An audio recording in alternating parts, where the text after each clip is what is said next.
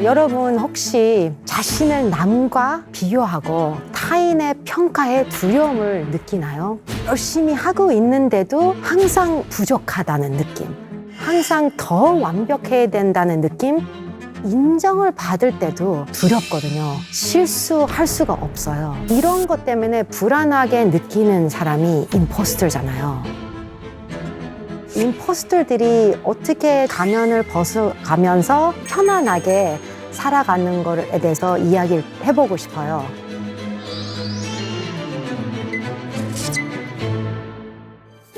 안녕하세요. 심리학자 리사 손입니다.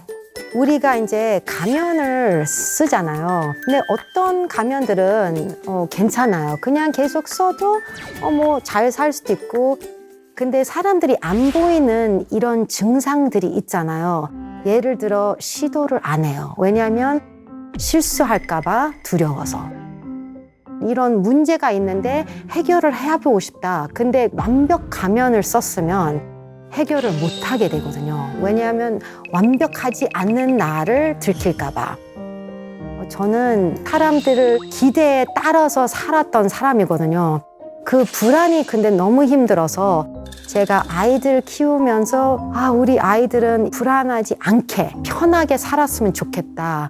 그래서 어떻게 하면은 나도 가면들 벗고 우리 아이들도 가면 쓰는 거에 피해할 수 있는지 생각을 해봤어요. 그게 바로 들켜야 된다는 뜻이에요. 근데 들키기 학습은 타이밍이 중요하거든요. 아무 때나 가서 나는 교포다 이렇게 말하는 것보다 조금씩 안전하게 나 완벽하지 않고 아니면 너랑 다른데 도와주세요. 이렇게 말하는 게 메타인지인데 메타인지를 많이 연구해 보니까 그게 바로 들키기 학습이라고 알게 됐어요.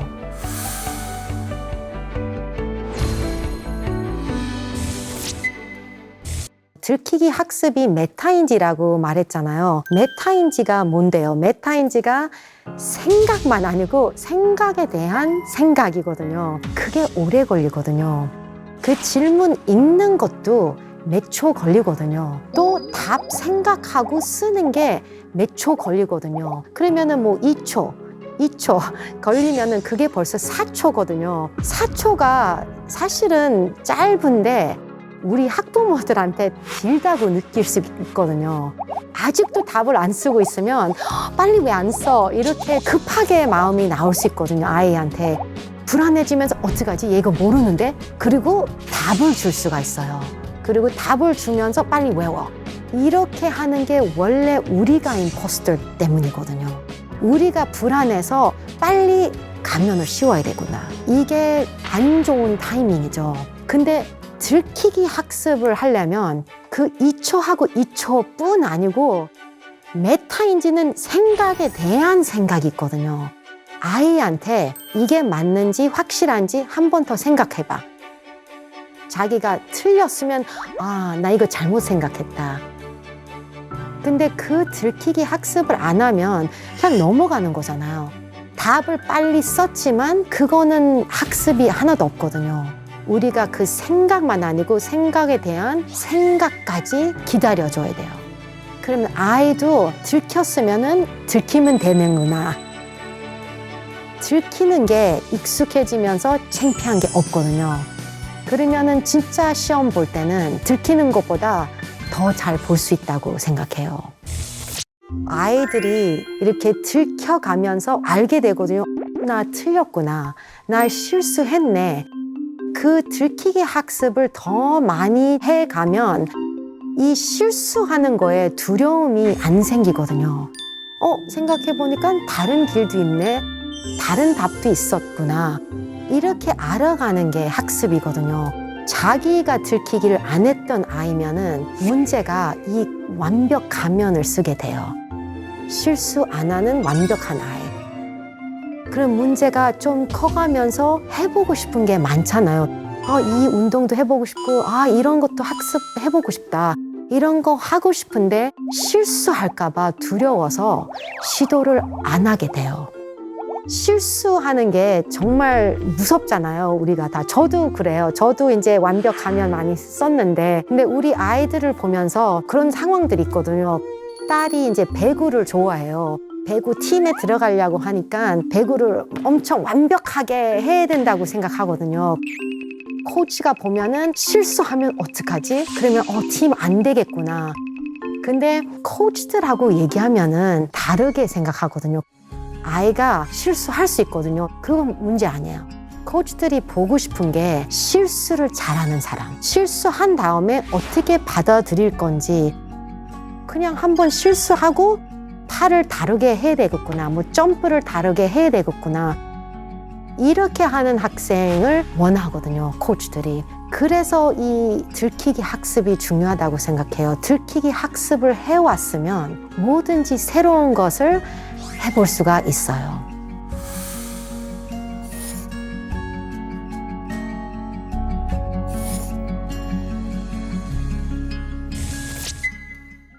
사실 저도 되게 단단하게 쓴 가면이 완벽 엄마였거든요. 내가 완벽하면 우리 아이도 완벽하겠다. 이렇게 착각을 했거든요. 근데 그렇게 하면은 절대로 들키기 학습 기회를 못 주는 거예요, 아이한테. 그러면 아이가 들키기 학습을 못하면 실수를 정말 두려워하면서 살 거예요. 어른 되고 나서 계속 완벽 가면을 써야 되니까 자기도. 그래서 바뀌었어요, 제가. 먼저 나의 가면들을 벗자. 안전한 사람들 그리고 안전한 기회들을 찾아서 나도 안전한 들키기 학습을 하자. 보니까 타이밍만 중요하지 않고 안전한 사회, 안전한 사람도 중요하거든요. 학부모 모임에 가면은 그냥 모든 학부모들 앞에서 나 이거 못해. 나 한국말 완벽하지 않아. 이렇게 말할 필요 없잖아요. 그 중에서 좀 친한 학부모 아니면 자기가 가면을 벗어준 엄마. 그러면 가면서 나도 이게 어려웠어. 나도 이거 모르겠는데 어떻게 할까? 그게 안전한 가면 뒤에 들키기거든요. 그럴 때가 있거든요. 우리가 우리 자신한테 들키고 싶지 않을 때가 있어요. 제가 책을 쓰겠다 결정했을 때 그러면 1년 뒤에 원고를 내보라고. 그러면은 원래 임포스터들은 미루기 하거든요. 그냥 하루 지나고 일주일 지나고 그리고 이제 한 달이 지나요. 아직 시간 있으니까. 근데 점점 불안해져요. 불안해지는 이유가 출판사에서 더 완벽한 것을 바랄 거거든요. 왜냐하면 시간이 지났으니까. 너무 불안하고 너무 완벽 가면을 써야 되는데 들키면 안 되니까 아예 못 쓰고 포기하게 되거든요. 근데 좋은 들키기 학습은 1년 남았는데 집에 가자마자 엉터리로 막 한 페이지만 썼어요. 그리고 이메일 했어요. 출판사에다가. 조금 불안했죠. 왜냐하면 그래도 들키는 거잖아요. 근데 좋은 거는 그쪽에서는 완벽한 것을 안 바래요. 왜냐하면 미루기 아직 안 했으니까. 그래서 그날 바로 왔어요, 피드백이. 피드백 받을 수 있는 기회를 만드는 게 중요하거든요. 피드백이 교수님 이 부분이 좋을 것 같다. 그러면 조금 불안이 없어졌어요. 그날 또 엉터리를 좀 썼어요. 엉터리 쓰고 또 다시 보냈어요. 그렇게 해가지고 피드백을 계속 받아서 완전 그 임포스터의 가면을 벗어낼 수 있었어요. 그게 바로 타이밍이 좋은 안전한 들키기 연습이라고 생각해요. 그래서 제가 임포스터였는데 지금도 많은 가면을 쓰고 있는데 제가 이 들키기 학습 덕분에 용기가 필요할 때 가면을 벗을 수 있게 됐어요. 그럴 때마다 불안한 마음이 없어졌거든요. 그래서 이제 여러분들한테도 실수할 것 같아도 포기하지 않고 도움 달라고 얘기할 수 있는 용기를 키우기 위해서 조금씩 안전한 들키기 연습을 했으면 좋겠습니다. 책 읽는데 시간이 너무 많이 걸려서 마지막까지 책을 읽어본 적이 없어서 책을 읽었는데 전혀 기억이 나지 않아서 책을 너무너무나 좋아하는 그런 독서가가 되고 싶은데 그게 안 돼서 아쉬워하시는 분들이 엄청 많을 겁니다. 이게 내가 무식해서, 내가 끈기가 없어, 내가 게을러서. 여러분들 그렇지 않습니다. 방법을 아시면 여러분들 모두가 현재 바라는 그런 독서가가 되실 수 있어요. 지금부터 10분의 책을 10쪽 이상 읽을 수 있는, 하루면 여러분들이 읽고 싶은 책 한 권을 뚝딱 완독하는 그런 사람이 되실 수 있을 겁니다.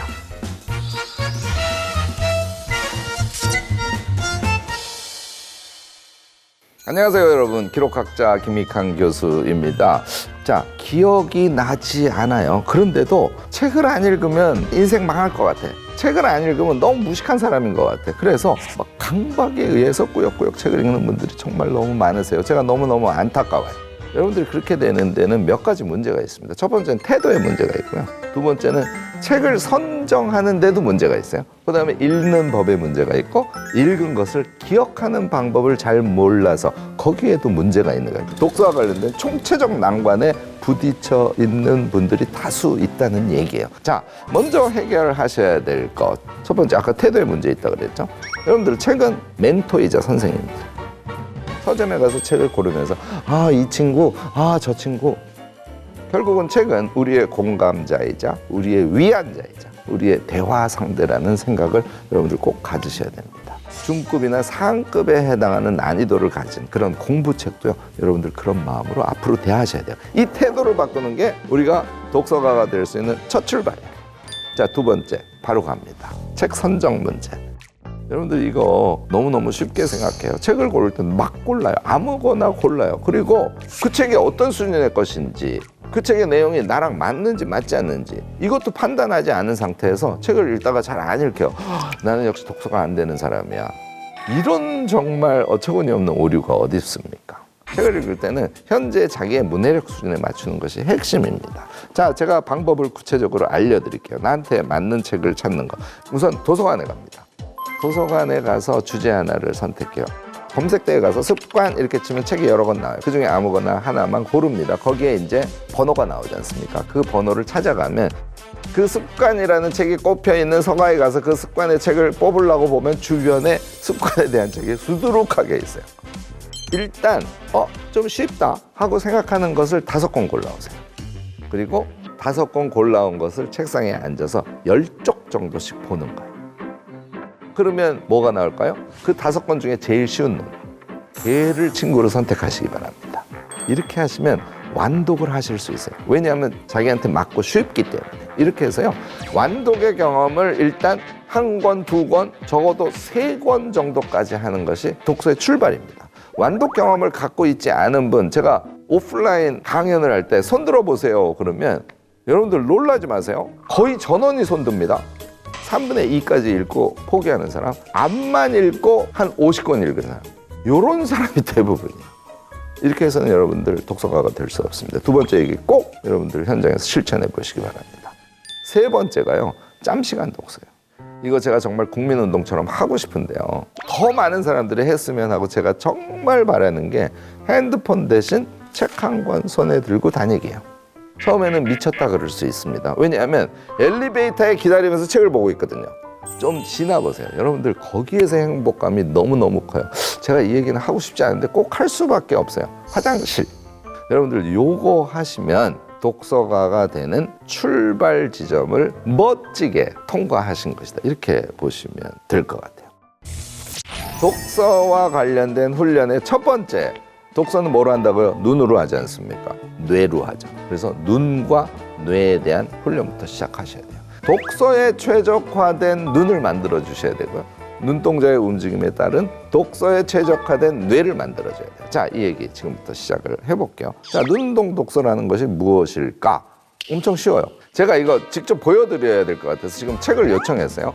자, 이 책으로 눈운동 독서를 어떻게 하는지 보여드릴게요. 자, 책을 폈습니다. 제 눈동자를 좀 크게 클로즈업 해주세요.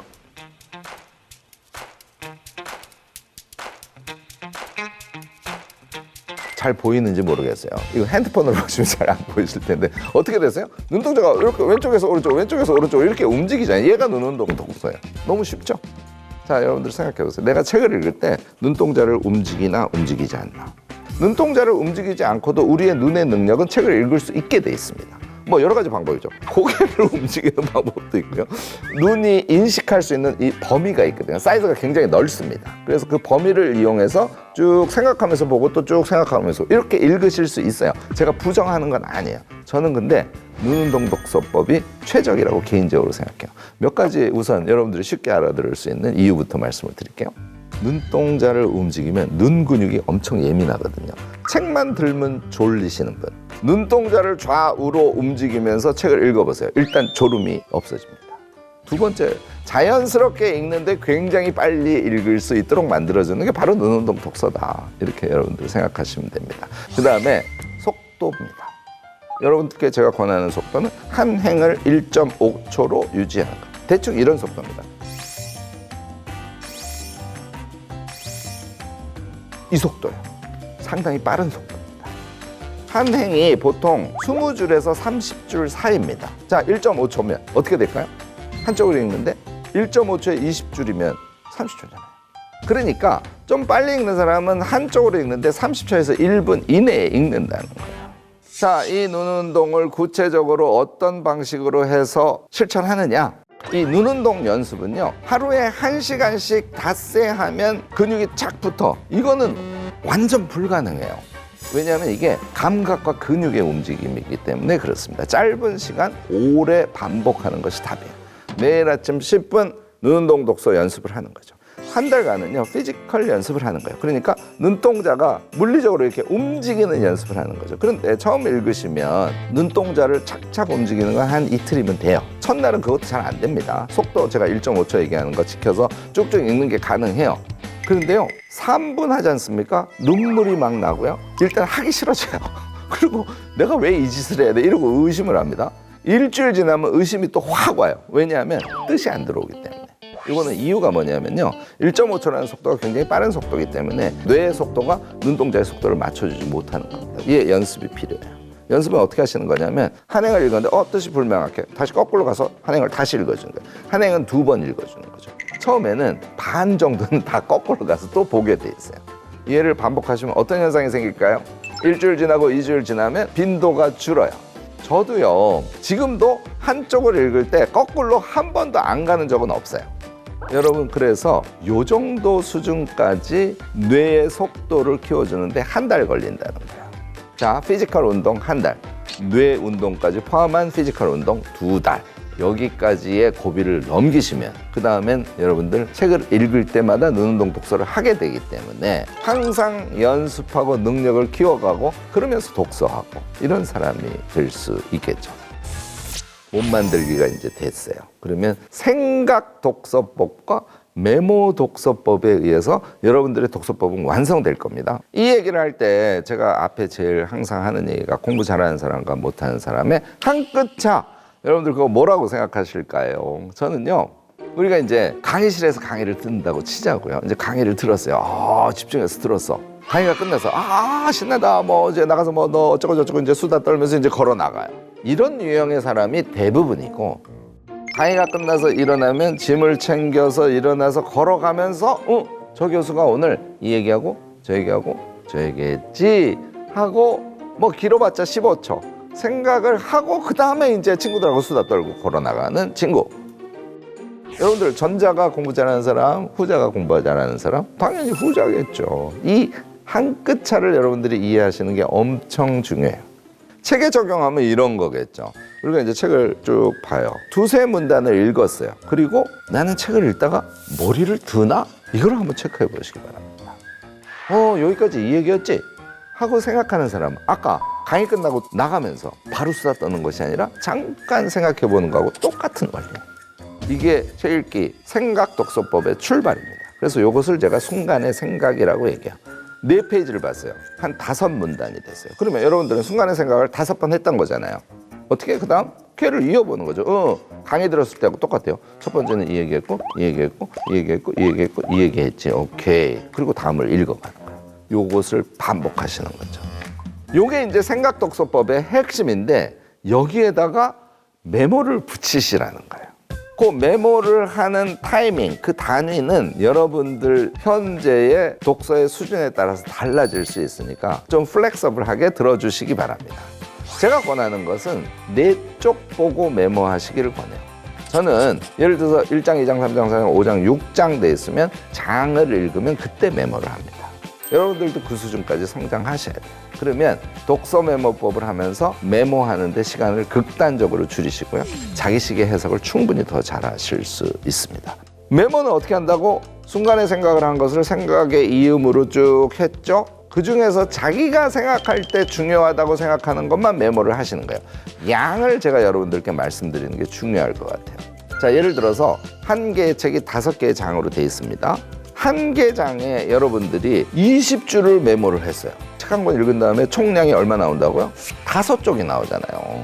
5쪽은요, 여러분들이 아무리 길을 써도 그걸 기억하는 게 불가능합니다. 제가 권하는 것은 한 개 장을 메모할 때는 5줄, 6줄, 7줄, 많으면 8줄. 가능하면 더 줄이셔야 돼요. 이렇게 하면 책 한 권 다 읽은 게 2장 내지 3장 정도의 메모로 정리가 되실 겁니다. 요 요령을 여러분들이 아셔야 돼요. 그러면 여러분들이 이제 스스로의 스타일에 따라서 키워드도 잡고 이제 이렇게 하실 수 있게 될 겁니다. 자, 여기까지 들으시면 이제 여러분들이 생각 독서법과 메모 독서법이 무엇인지 알았을 거고요. 이것을 가능하게 하는 것이 눈운동 독서라는 것도 완전히 이해하셨을 거고, 그 앞 단계에 우리가 책을 어떤 태도로 만나야 되는지, 완독의 경험 같은 게 얼마나 중요한지 이런 것까지 쭉 지금 머릿속에 남아 있을 겁니다. 이것을 여러분들이 반복 실천하시면은 책 한 권을 뚝딱 여러분들이 하루 만에 읽어내실 수 있고요. 아까 얘기한 메모 독서법을 하고 메모한 것을 조금 재편해서 자기식의 이야기로 한번 만들어 보면 A4 한 장이나 2장으로 정리할 수 있을 거 아닙니까? 그 정리한 것을 기억해서 말로 하면 여러분들이 책 한 권을 실제로는 외워서 말할 수 있는 사람까지 된 거예요. 여러분들 여기까지 꼭 반복 연습을 통해서 달성하시기 바랍니다. 생각보다 그렇게 어렵지 않습니다. 우리 이제는 말이죠, 옛날에 읽은 책을 집에 그 책이 없는 줄 알고 또 다시 사는 그런 우울을 범하는 이런 사람이 되지 마시고요. 오늘 제가 말씀드린 생각 독서법과 요약 독서법을 몸에 착 붙이는 제대로 된 독서가가 되시기를 빌겠습니다. 기억에 대한 얘기를 할 건데요. 대표적으로 우리가 책을 읽었어요. 책을 겨우 다 읽었는데 내용이 전혀 기억이 안 나. 너무 억울하지 않습니까? 이제요, 여러분들도 책 한 권을 빠르게 읽는 것은 물론이고 그것을 잘 기억하고 그 책에 대해서 사람들에게 막 이제 편하게 얘기할 수 있는 이런 사람이 될 수 있도록 오늘 조언을 드리려고 합니다.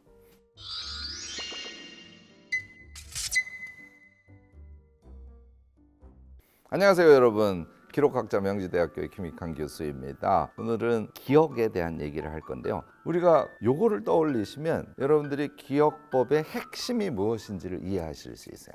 예를 들어서 역사 선생님이세요. 근데 역사 선생님이 시험을 이틀 후에 치는데 120쪽의 범위로 시험을 친대. 멘붕이죠. 다 난리 나죠. 그런데요, 어떤 친구는 여유 있게 슬렁슬렁해도 100점을 받고요. 120쪽을 달달달달 외우려고 정말 기를 쓰고 밤을 새고 공부를 한 친구도 80점을 받아요. 뭐가 다를까요?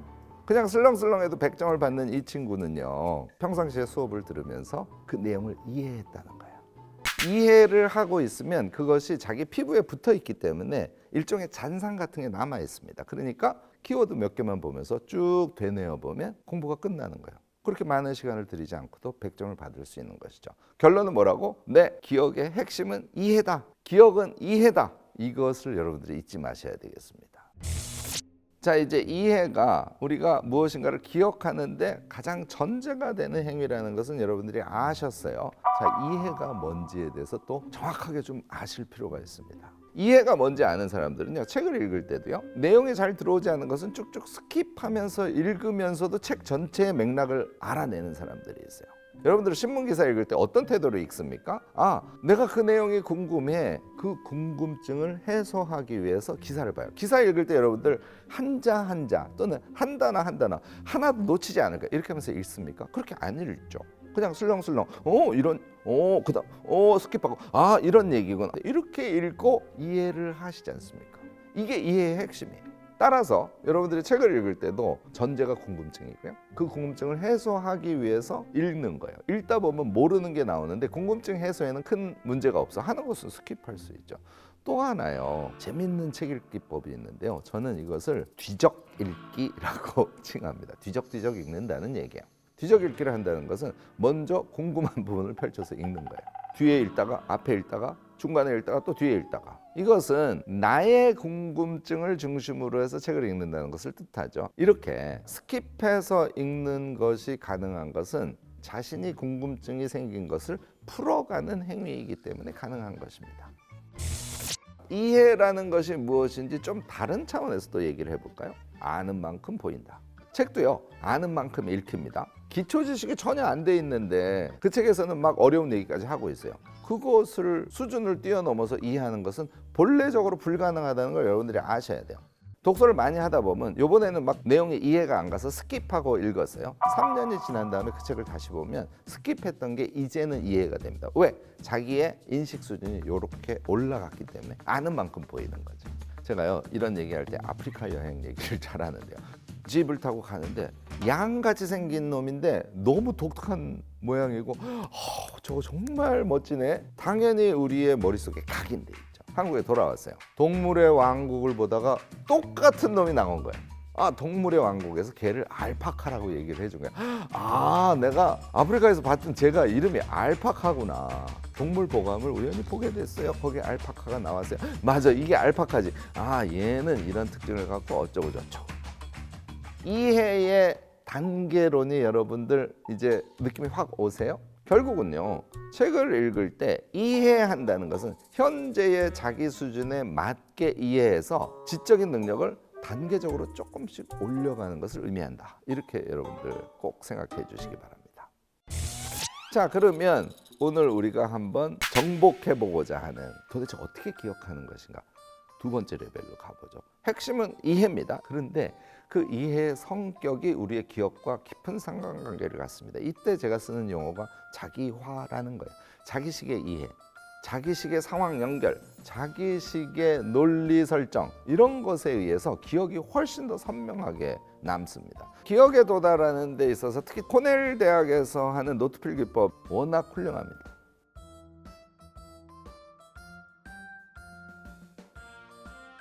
이 코넬식 노트법이라는 건 노트가 있으면은 왼쪽에 뭔가를 메모할 수 있도록 선을 긋고요. 하단에 이렇게 선을 그어요. 그러니까 본문은 여기다가 쓰는 거고 왼쪽에는 일종의 요약, 제목 같은 걸 쓰는 거라고 보면 되고요. 하단에는 서머리라 그래서 이런 구성으로 돼 있어요.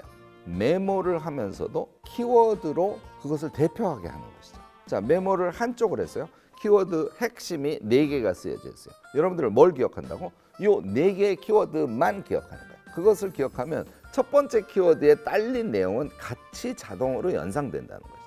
뿐만 아니라 코넬 대학식 노트 필기법을 할 때는 밑에 서머리를 할 때는 아무것도 보지 않은 상태에서 서머리를 하도록 돼 있어요. 여러분들이 이렇게 하시면 기억에 훨씬 더 강하게 남아요. 그러니까 기억 능력을 키워가는데 코넬식 노트법이 도움이 되기 때문에 제가 지금 같이 소개를 한 것이고요.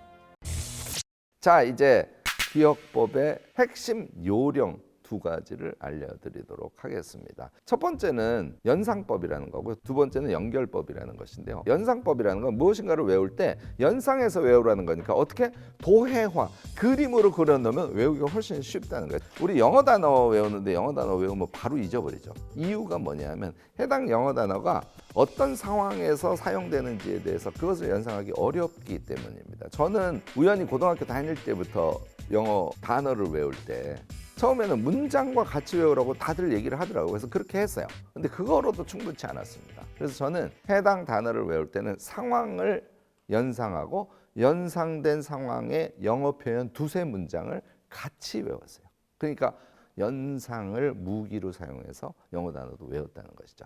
이제 그 다음 레벨입니다. 연결법인데요. 연상법으로 내가 그림을 그려서 외운 것이 같이 딸림으로 기억이 나오는 거예요. 여러분들요, 특히 자격증 시험이나 이런 뭔가를 확실하게 외워서 서술형 답을 쓴다든지 할 때는 이 연상과 연결의 기억법을 가능하면 완벽하게 해두시기 바랍니다. 책을 다 읽고 요약을 했을 때 그것을 기억하는 방법에 한번 적용을 해보면 이런 겁니다. 제가 주로 333의 법칙이라고 얘기하는데, 여러분들도 똑같이 해보세요. 내가 메모를 쭉 해놨어. 걔를 333으로 정리를 해보는 거예요. 내가 메모한 것은 내 식으로 생각하면은 요 세 가지로 집약될 수 있어 하고 세 가지를 먼저 정하시는 거죠. 그 다음에 각각의 세 가지에 대해서 또 세 가지로 나눠서 정리를 해봤어. 그랬더니 내가 A4로 두 쪽으로 정리한 거를 A4 한쪽 반 정도의 내 방식의 세 가지로 정리가 가능했어.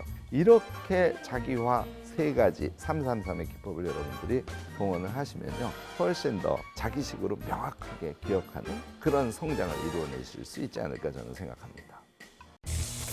기억하는 방법에 대해서 제가 주로 말씀을 드렸는데요, 우리가 무엇인가를 기억한다는 게 우리 삶에서 어떤 의미가 있는지, 기억을 많이 하면 나는 시험을 잘 볼 수 있어, 기억을 많이 하면 나는 지식이 엄청 많은 사람에 대해서 말을 잘할 수 있어, 뭐 이렇게 이런 것만 생각하시는 분들이 많은데, 저는 사실은 그거보다 훨씬 더 중요한 것은 기억이란 우리의 삶을 정말 삶답게 만들어주는 것이다, 이렇게 생각합니다. 제가 되게 좋아하는 여러 철학자 중에 한 명인데, 말트 베냐민이라는, 저는 베냐민의 이론 중에서 특히 시간론, 메시아적 시간관이라는 거는 우리가 삶을 살아가면서 시간을 이렇게 응축시키는 그런 느낌을 얘기해요. 그래서 이런 얘기죠. 우리 신이 저를 봐요. 그리고 신이 이순신을 생각해요. 그러면 신의 입장에서는 이순신은 저의 누구처럼 느껴진다고요? 아버지 정도로 느껴져요. 왜냐하면 막 이 영겁의 시간을 응축되게 느껴지는 거예요. 그래서 우리가 메시아적 시간관을 갖고 삶을 살아간다는 것은 지나간 과거가 현재처럼 몸에 착 달라붙어 있는 것을 의미합니다. 이렇게 살아야 지식적으로도 풍요로워질 뿐만 아니라, 이렇게 살아야 우리의 바램들, 이런 것들을 놓치지 않고 자기다운 삶을 살아갈 수 있는 그런 어떤 길이 열린다고 저는 봐요. 기본적으로는 베냐민도 그런 의미에서 메시아적 시간관의 중요성을 철학적으로 주장을 했던 것이죠. 결국은 우리가 무엇인가를 기억한다는 것은 지나간 과거, 내가 행한, 내가 깨달은, 또는 내가 경험한 그것을 현재의 나의 몸에 착 붙이는 행위다. 그리고 그것은 우리의 삶을 정말 나답게 만들어주는 핵심적인 그런 역할을 한다. 이것도 제 얘기를 들으면서 한번 생각해 보시기 바랍니다. 이거를 기가 막히게 해주는 것이요, 일상 기록하기예요. 어떤 행위를 하면 리스트 수준으로 시간하고 내용을 간단하게 한 줄 이상 쓰시면 안 돼요. 써놓고 다음 행위하면 또 써놓고, 그러니까 앉아서 쓸 수 있는 기회가 있을 때마다 생각하고 쓰고 하는 걸 반복하라는 거예요. 자, 하루가 다 지나갔어요. 밤에 일상 기록한 걸 한번 수르륵 봅니다. 그리고는 다시 보면 안 돼요. 머리로 쭉 하루를 영화 보듯이 돌려봐요. 자, 이걸 매일 하시면 여러분들 어떤 느낌? 머리가 엄청 좋아지죠. 생각력이라고 제가 칭합니다. 항상 생각이 정리돼 있고 생각이 용솟음치고, 그것이 과거가 아니라 현재에 딱 붙어있는 이런 상태가 되면 당연히 여러분들 책 읽어도 기억을 훨씬 많이 하실 수 있고요. 뭔가 필요에 의해서 집중적으로 공부를 해서 그것을 기억해서 좋은 성과를 내려고 할 때 생각력이 높아져 있으니까 당연히 효율이 좋지 않겠어요? 다시 말해서 이런 훈련을 통해서 생각력을 키우라, 기억력을 키우라고 하는 것은요, 우리가 하루를 살아냈어요. 그런데 그냥 걔가 날아가는 거야. 날아가 버렸으니까 사실 현재 나하고 상관도 없어. 그러면 여러분은 과거를 다 소비해버리고 사는 그런 삶을 사는 것이야. 그래서 이 기억 행위를 매일매일 지속하면서 살아가는 그런 삶을 우리 한번 지향해보면 좋지 않을까 싶습니다. 한 가지만 제가 더 말씀드리겠습니다. 이 기억의 의미는 결국은 자신이 생각하고 행위하고 그것을 기억에 남겨서 현재에 붙이는 거지 않습니까? 이것이야말로 생각하고 살아가는 삶을 의미해요. 오늘 영상에서 제가 자꾸 철학자 얘기를 하게 되는데, 여러분들 잘 아시죠? 한나 아렌트. 한나 아렌트가 예루살렘의 아이히만, 우리가 우리의 삶을 살아가면서 아렌트의 용어로 치자면 사유하라, 다시 말해서 생각하면서 살자, 이것이 아렌트의 메시지인데, 이거는요 좀 더 의미 부여를 하자면 우리가 우리답게, 그리고 가치를 지향하면서 제대로 살아가게 하는 가장 핵심적인 동력일 수 있습니다. 이것이 기억과 다 연결되어 있는 것입니다. 자, 오늘 얘기 통해서요, 여러분들이 우리가 무엇인가를 기억하는 걸 어떻게 하면 잘할 수 있는지에 대해서도 노하우를 좀 챙기셨을 거고요. 뿐만 아니라 이 기억의 능력이라는 게 우리의 삶의 태도를 어떻게 바꿔주는 것이고 그것이 우리 삶에 있어서 어떤 의미를 갖는 것인지 여기에 대해서도 깨달음을 좀 얻지 않았을까 싶습니다. 여러분들요, 우리의 생각 또는 우리의 깨달음 이 모두를 자기화하고요, 그것을 명확한 기억으로 남기고 그래서 소모하지 않고 누적하는 그런 삶을 살아갈 뿐만 아니라 제가 항상 강조하는 우리의 모든 행위를 내 스스로가 주관자가 되어서 살아갈 수 있는 그런 인생, 오늘 제 영상을 통해서 한번 생각해 보시고 함께 실천해 가면서 살아가면 좋지 않을까 싶습니다.